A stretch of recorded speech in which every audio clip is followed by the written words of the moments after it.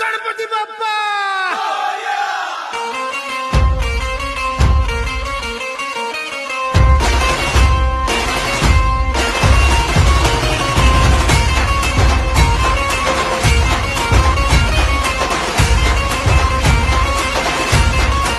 पायल नमन करुणी वंदन इडा मांडून इडा देवाला इडा गावाला इडा पाटलाला इडा मंडळीला